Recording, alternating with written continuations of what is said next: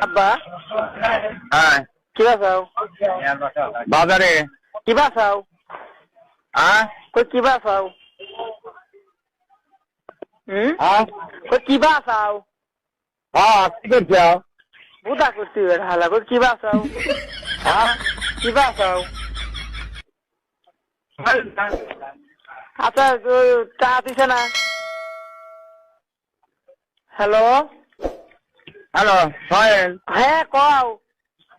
আরু আমি সোহেল সোহেল চা দিছি